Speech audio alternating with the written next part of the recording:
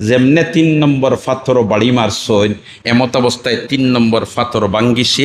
ভাঙ্গার পরে ফাথরের মাঝখানে ছোট্ট একটা ছিদ্র দেখা যায় গোল, আর এর ভিতরে একটা জানদার, এটা জর্রা বরাবর এই সময় আল্লাহ রব্বুল আলমিনে মুসা আলাইহিস সালামের চকুর মাঝে জুতি বাড়াইয়া দিলেছিলা।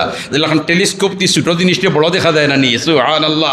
ওল্লাখান তান রাডারও বাসি গেছে, এখন তখন ছোট্ট একটা জর্রা বরাবর একটা জীব, একটা পিপিলিকার মতো, আর ইটার আবার মুখের মধ্যে তার খাদ্য আর একটা টানি টানি লইয়া যার, টানি টানি লইয়া জর্রা কইয়া তা কই, জর্রা একেবারে হালকা পাতলা সাধারণ সর্দি দেখা যায় না। এটা বলে আমানতু আন্নাহু লা ইলাহা ইল্লাল্লাযী আমানাত বিহি বানু ইসরাঈল ওয়া আনা মিনাল মুসলিমিন।